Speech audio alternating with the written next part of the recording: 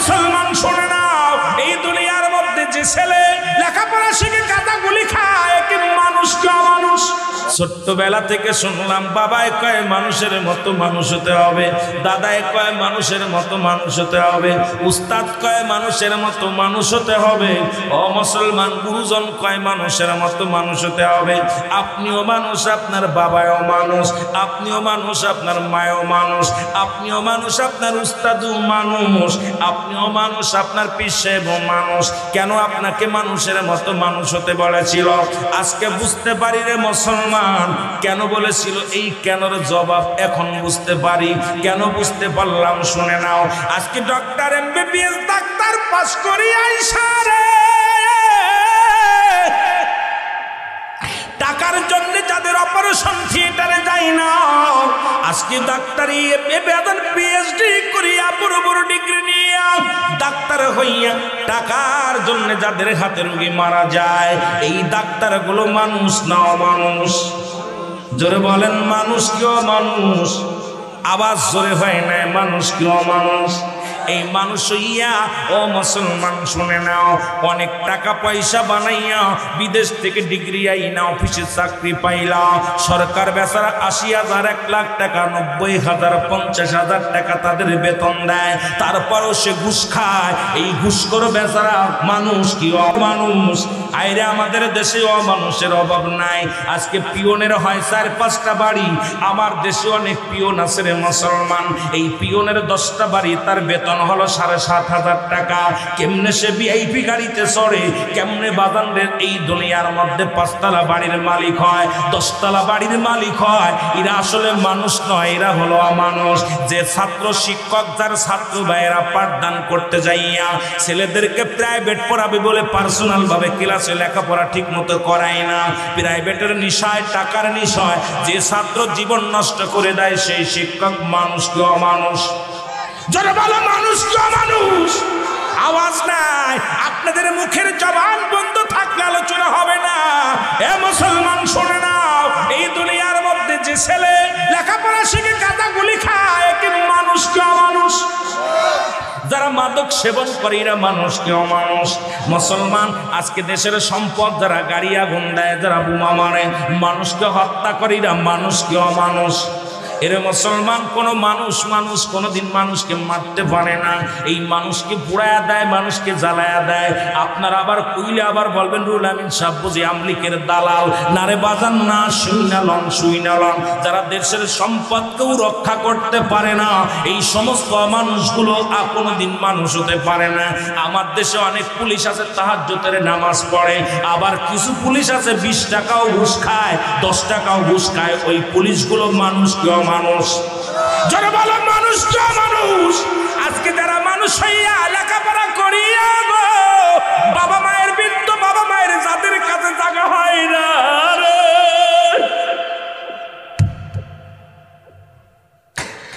আজকে যারা বাবার জায়গা হয় না, মায়ের জায়গা হয় না, আমার দেশে প্রায় 90% সন্তান বাবা মারে ভাত দেয় না। বাবা মা তাদের কাছে বোঝা হয়ে গেছে, কত কষ্ট করে লেখাপড়া করাইলো, কত কষ্ট করে তাদের জীবন গড়লো। এই সন্তানগুলো মা বাবার তাদের খোঁজ নেয় না। এরা মানুষ কা মানুষ? আরো জোরে বলো মানুষ কা মানুষ? এই আজকে এখন আপনি বুকে হাতে বলেন কয়টা মানুষ এখানে বসে আছেন, তারপরে ওয়াজের ময়দানে বসেন। আগে আপনি একবার বুকে হাত দিয়ে বলেন আপনি মানুষ হতে পারছেন কিনা। আপনি দুনিয়ার মধ্যে যত ফেতনার মধ্যে, দুনিয়ার মধ্যে ঝামেলার মধ্যে, আজকে আপনার কথা দ্বারায় মানুষ শান্তি পায় না, আপনার ব্যবহারে কষ্ট পায়, আপনার ব্যবহারে প্রতিবেশীর সুখ নাই, আপনার ব্যবহারে এলাকাবাসীর সুখ নাই। আপনি কেমন মানুষ, কেমন নেতা গো মুসলমান? তুমি নেতা হইয়া ঘুষখোর বদমাই সেই শুই না লও। আজকে বুকের হাত দিয়ে একবার এখানে বলতে পারবা কয়টা মানুষ জান্নাতের বাগানে বসেছেন? আমরা পৃথিবীর মধ্যে 99% মানুষই অমানুষ হয়ে গেছি। ধরে বলেন ঠিক কিনা? অনেক বক্তাও মানুষ হয়ে গেছে, মিথ্যা বলতেছে, টাকার লোভে ৫,০০০ টাকার লোভে ওয়াজ কাইটা দিয়ে কয় আমি অসুস্থ আসতে পারবো না। এরকম বক্তা আমার জানা আছে। আপনি আমার ৫০,০০০ দিবেন, আর ৬০,০০০ দিলেই ভাইজান আপনার দাওয়াতটা তো ঘুরাইতে হবে। কেন? আমার মা মরে গেছে।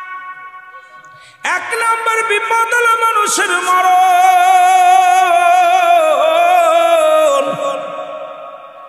2 নম্বর হলো কবর, 3 নম্বর হলো কিয়ামতের ময়দান। মরণ নাই কার কার একটু হাত দুখানা তোলেন। মাশাআল্লাহ, সবাই জ্ঞানী হয়ে গেছে। মরণ আছে, ঠিক কি না? মরণ আছে। পৃথিবী থেকে পালানোর কোনো জায়গা নাই। কোথায় পালাবে? পালানোর কোনো পথ খোঁজা দুরস্কার। কেন আমার এই ক্ষুদ্র জ্ঞানে দেখছি যে এখান থেকে পালাইয়া মরণ থেকে পালাইবেন এমন কোন রাস্তা আমি তো খুঁজে পাই না। যখন যে হালাতে থাকবেন সেই হালাতেই হুকুম আসলে 1 সেকেন্ড দেরিও নাই, 1 সেকেন্ড আগেও না। জোরে বলেন ঠিক কি নেই? পরেও না, আগেও না। তার প্রমাণ করতে যাই একটা কথা বলি, এ মুসলমান, মরিয়ম, ঈসা ইবনে মরিয়ম, মারহাবা, আর একটু জোরে, ঈসা ইবনে মরিয়ম, মরিয়ম আলাইহিস সালাম ঈসা নবীকে ডাকতে বলে, বাসা আমি তোর মা জননী, আমার জন্য কিছু ফল নিয়ে আয়। কি নিয়ে? ফল। কোরআন শরীফের ভিতরে অসংখ্য জায়গা ফলের কথা, ফুলের কথা আল্লাহ বলছেন। আপনার সূরা রহমানের ভিতরে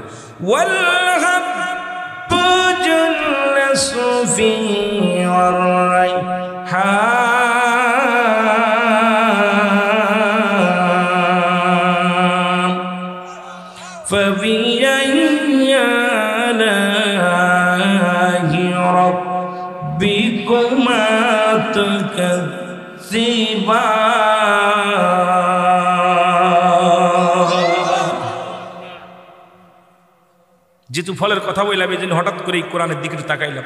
কোরআন কি বলে? আল্লাহ বলে, পৃথিবীর মধ্যে যত ফল আমি দান করেছি, কি দান করেছি? ফল। প্রতিটা ফলের উপরে আমি আল্লাহ কাবার দিছি, খোসা দিছি। সুবহানাল্লাহ। কোরআন কত সুন্দর সমাধান দেয়। এই গ্রামের মধ্যে অনেক সিন্ডিকেটকারী আছে, ধরায় দেন, তা তো ধরান আপনার ওটা মামা খালু হয়, ওটা চাইবে দেন। ও গুদম গোদান গোডাউন ধরে ভরে রাখতেছে, ও পিয়াজ গোডাউন ভরে। একবার পুলিশে বলেন, ফোন দেন, ভাই আমার এখানে এক বদমাইশ পাইছে, এই বদমাইশ অতি মুনাফার জন্য এই পরিমাণ লাভ করতেছে। আজকে আমার ভাই, আমার চাচা, আমার প্রতিবেশী সন্ত্রাসী অন্যায় করতেছে, আমরা কেউ চিন্তা করতেছি না, ও তো করতেছে, আর খালি দোষারোপ করতেছি। এরা হচ্ছে না, এটা করছে না কেন, এটা করবে কেন? এটা তো দায়িত্ব আপনারও, যেহেতু এই দেশের নাগরিক। খালি সরকার না, আমরাও। যদি বলেন ঠিক কিনা? খালি কি সরকার? কথা বলেন না। রাস্তার ইটগুলো চুরি করে বাড়ি নিয়ে চলে যাচ্ছে। আমি গত কয়েকদিন আগে গেছিলাম আপনার ওই অষ্টগ্রামে। আমাদের রাষ্ট্রপতি হামিদুর রহমান সাহেব, উনি এত সুন্দর রাস্তাঘাট করেছে। আরে বদমাইশের দলেরা, চোরের দলেরা রডগুলো খুলে খুলে, পাথর ইট দিয়ে বাড়াই বাড়াই, দেখি আপনার হাতুর দিয়ে বাড়াই বাড়ি রড, ভিতর থেকে রডগুলো বের করে নিয়ে গেছে। 1 কেজি রড 60 টাকা 50 টাকা বিক্রি করতেছে, অথচ 1 কেজি রড কিনা হয়েছে 109 টাকা দামে, 103 টাকা দামে 1 কেজি রডের দাম, সরকারি দাম। সেই রডগুলো 50 টাকার জন্য চুরি করতেছে, রডগুলো ভেঙে। আমি আমার গাড়ি নিয়ে যাইতেই পারি না, কি কষ্ট। আশ্চর্য হয়ে গেলাম যে চোরের দলদেরকে কিভাবে উন্নয়ন করবেন, কিভাবে সমাজ বাঁচাবেন। আর এগুলো ধরার জন্য আপনি আমি এই গ্রামে কি হচ্ছে আপনারা বোঝেন না। এই রাস্তাটা তো আপনার আমার রাস্তা, এই রাস্তাটা আপনার, আপনি চলেন না। আপনার ছেলে খুঁজতেছে, আপনার ছেলে নষ্ট করতেছে, আপনার ছেলে দা দিয়ে নষ্ট করতেছে, আপনার চোখে পড়তেছেন, আপনি কিছুই বলতেছেন না। দায় ঠেকেছে এমপি সাহেব, দায় ঠেকেছে চেয়ারম্যান সাহেব, দায় ঠেকেছে মন্ত্রী সাহেব। আমরা গা এড়াল দিয়ে চলতেছি। আল্লাহর আদালতে জবাব দিতে পারবেন না। এটা অন্যায়কে যে ব্যক্তি সয় আর অন্যায় যে করে সমপরিমাণ পাপী। জোরে বলেন ঠিক কিনা? অন্যায় যে করে আর অন্যায়কে যে সাহায্য করে। আমি আশ্চর্য হয়ে গেছি, আমার গাড়িতে একদম সামনে দেখবেন মাঠ ঘাটটা সব ভেঙে চুরে, অবস্থা খারাপ। দেখি রড কেটে কেটে নিয়ে, রড টেনে টেনে উঠায় ভেঙ্গে ভেঙ্গে রোড ভেঙ্গে। কত বড় নিকৃষ্ট মানব জাতি, এদেরকে কিভাবে সাহায্য করবেন, এদের সহযোগিতা কেমনে করবেন? আজকে প্রতিটা মানুষ আমাদের আগায় আসতে হবে, দেশের জন্যে, দেশের জাতির জন্যে, সমাজের জন্যে। এক ভাই, এই জন্য ইসলামের বিধান যদি কোনো আলেম থাকলে আগে ইসলামের আবিধানিক শাব্দিক অর্থটা আগে পড়ায়। তারপরে কোরআন তাফসীর করবেন, তারপরে ওয়াজ নসিহত করবেন। আল্লাহ যে বললেন ইয়া আইয়ুহাল্লাযীনা আমানু, ঈমানদাররা, বিশ্বাসীরা, ইয়া আইয়ুহান নাস বলেন বিশ্বাসীরা, আদখুলু ফিস সিলমি কাফা, পরিপূর্ণভাবে প্রবেশ করো। কিসের মধ্যে? ইসলামের মধ্যে। ইসলামের আবিধানিক শাব্দিক অর্থ হলো 82টা। কয়টা? 80 থেকে 82টা। এই মুফতি সাহেবরা, ইমাম সাহেবরা, মাওলানা সাহেবরা, আমলিগ, বিএনপি যত দল আছে সব আগে এটার বিধান আগে মেনে নাও। যত তাফসীর কারো কাছে শোনো, এটার উপর আগে বিশ্লেষণ করো। ইসলাম মানে আত্মসমর্পণ, ইসলাম মানে নিজে না খেয়ে অন্যরে খানো, ইসলাম মানে একত্ববাদ, ইসলাম মানে শান্তি, ইসলাম মানে নারীর সতীত্ব পাহারা দেওয়া, ইসলাম মানে নিজে না খেয়ে অন্যরে খাওয়ানো, ইসলাম মানে নিজে না ঘুমানোর ঘুম পাড়ানো। এই আবিধানিক করতে আসলে যখন এইটা ভালো লাগে, এইটা দিতে গেলে খুব কষ্ট হয়। মানো ইসলাম। এক ইসলামের আবিধানিক শাব্দিক অর্থ যদি কোনো মুফতি মুহাদ্দিস যদি জানতো, আল্লাহর কসম এই সমাজ শান্তিতে ভরপুর হয়ে যেত। কিন্তু আমরা খালি বলি ইসলাম মানে শান্তি, ইসলাম মানে আত্মসমর্পণ, ইসলাম মানে শান্তি। এরে এই দুই সেক্টর ভিতর সীমাবদ্ধ নয়। ইসলাম মানে যদি নারীর সতীত্ব পাহারা হয়, তাহলে আমার দেশে যে সমস্ত মা বোনের ইজ্জত হারাচ্ছে, আমাদের প্রতিটা মানুষের দায়িত্ব তার পাশে দাঁড়ানো। জোরে বলেন ঠিক কিনা? কথা বলেন না কেন? আমার দেশে যদি ইসলাম মানে যদি নিজে না খেয়ে অন্যরে খাওয়ানো হয়, তাহলে আপনার অঞ্চলে যারা ক্ষুধার্ত অবস্থায় মরতেছে, সরকারের সহযোগিতা আমরা বড়লোক যারা আছি, একটু মধ্যবিত্ত ফ্যামিলি যারা, তাদের পাশে দাঁড়াইলে এলাকার সমাজের এইগুলো গরিব মানুষগুলো মুখে আহার আসে, তারা শান্তি ফিরে পায়। জোরে বলেন ঠিক। কিন্তু আপনি কি করতেছেন? ওই গরিব মানুষটার জমিটা দখল করবেন কেমনে? ওই গরিব মানুষকে কেমনে এলাকা থেকে উচ্ছেদ করবেন? ওই গরিব মানুষটা জমিটা কেমনে দখল করবেন, ভোগ দখল করবেন? ছলো কৌশলে পরামর্শ করে যে কোনো উপায়। কারণ আপনার বাড়িওয়ালার কাছে, এত টাকা সম্পদওয়ালার কাছে গরিব মানুষ মানায় না, ওকে বিতাড়িত করার চিন্তা আপনার মাথায়। তাহলে আপনি সমাজে কিসের মুসলমান, কিসের আপনি ইমানদার, কিসের মানুষ? আপনি গরু হওয়া উচিত ছিল, আপনাকে ছাগল হওয়া উচিত ছিল, আপনার বেড়া হওয়া উচিত ছিল। আপনি তো আসলে মানুষ। মানুষ হয়ে যদি আপনার ব্যবহার হয় অমানুষ, তাহলে আপনি কেমন মানুষ? কষ্ট পাচ্ছেন আপনারা? কষ্ট পাচ্ছেন? আহা, একজন চোর চুরি করে, আপনি 10 জন মিলে একটা রিক্সা কিনেছেন। আপনি জানেন এই চুরি করে, ওকে সুযোগটা দেন। আপনি কি করতে? তার হাত ভেঙে দিচ্ছেন, পা ভেঙে দিচ্ছেন। আহা, আপনি একবার সুযোগ দেন না। আপনি তাকে 10 জন মিলে গ্রামের মানুষ ডাক দেন, ডাকে তাকে বুঝান, একটা টুপি কিনে দেন, পাঞ্জাবি কিনে দেন, এরপর একটা রিক্সা ভ্যান কিনে দেন 10 জন মিলে। একজন যে বাবা তুই এটা কর, এটা মহাপাপ, এটা ছেড়ে দে, দেখবেন ও ছেড়ে দিবে। কারণ ও যখনই আয়ের উৎস পেয়ে যাবে, তখন ও অন্যায় কাজ ছেড়ে দিবে। আমি কি করতেছি? ওই ভ্যানটা ওর কাছ থেকে কোনভাবে যদিও ভাড়া দিই, 3 টাকার ভাড়া 1 টাকা দিই, ও চিন্তা করে কি এত দূর আসলাম, 1 টাকা ভাড়া দিল, ও কি করবে? আরেক জায়গায় দুর্নীতি করবে। এই দুর্নীতি থেকে বাঁচতে হলে সবাইকে সচেতন হতে হবে। যেহেতু আমরা বাংলাদেশের মানুষ, আমরা গরিব রাষ্ট্রের মানুষ, আমাদের সকলের ঐক্যবদ্ধ হয়ে দেশ চালাতে হবে। জোরে বলেন ঠিক কিনা? ঐক্যবদ্ধ হয়ে দেশ চালাতে হবে, দেশের স্বার্থে কাজ করতে হবে, সমাজের স্বার্থে। এলাকায় কিনা কিনা গাঁজা মদ খায়, আপনারা সবাই চেনেন না? বলেন না, চেনেন না? ওই ছেলে কিন্তু আপনি মনে হচ্ছে আমার ছেলে তো খায় না, আমার ছেলে ভালো। আল্লাহর কসম, আপনার বিপদ আপনি নিজে ডেকে নিয়ে আসলেন। আপনি ধরায় দেন, তাকে বারণ করেন, শোনে নাই, তাকে আপনার প্রতিহত করার ক্ষমতা আছে, করেন। যদি না পারেন, আপনি প্রশাসনকে সহযোগিতা করেন। আপনার ছেলেটা, ওই একটা ছেলে আপনার ছেলেকে মদ খাওয়া শিখেবে, গাঁজা খাওয়া শিখেবে, ও জাতিকে শেষ করবে। সুতরাং যখনই ও চারাটা হয়ে উঠছে, সঙ্গে সঙ্গে গাছটা কেটে দেন। জোরে বলেন ঠিক কিনা? কেটে দেন। কেটে দিলে আর বাড়তে পারবে না। এই জন্যে আমার সমাজ চিন্তা করতে, ও মোল্লা গোষ্ঠীর ছেলে, ও সর্দার গোষ্ঠীর ছেলে, ও অমকের ছেলে, যা করে করুক গিয়ে, কিন্তু ও যে আপনার জাতি সমাজটাকে শেষ করে দেয়, এই চিন্তাধারা আমাদের সবার থাকার দরকার আছে কি? জোরে বলেন আছে কি না? এগুলো কথাগুলো অনেক সময় অনেক দেখবেন, যত ভিডিও আমি এই বাস্তবতা নিয়ে কথা বলার কারণে অনেক বক্তার কাছে আমি কালারিং হয়ে গেছি, অনেক আলেমের কাছে কালারিং হয়ে গেছি, অনেক টাকাওয়ালা বাড়িওয়ালারা কয় রুল আমিন এই কি কথা বলা শুরু করছে। অনেক যুবক যেই জিনার বিরুদ্ধে কথা বলি, যখন আমি পাপের বিরুদ্ধে সুদ ঘুষের কথা বলি, অনেক সুদখোর ঘুষখোর চিন্তা করে এই বক্তার বাদ আমার প্রয়োজন নেই, একদিনের দাওয়াত প্রয়োজন নাই। কারণ আমার আল্লাহ আমাকে দুনিয়ায় যেদিন পাঠিয়েছে, রিজিকের ফয়সালা আল্লাহ করে রাখছে। জোরে বলেন ঠিক কিনা? আরো জোরে বলেন ঠিক কিনা? হাওয়ার গাড়ি হাওয়ায় চলে, কলের গাড়ি কলে চলে, বিনা তেলে চালাই গাড়ি নবী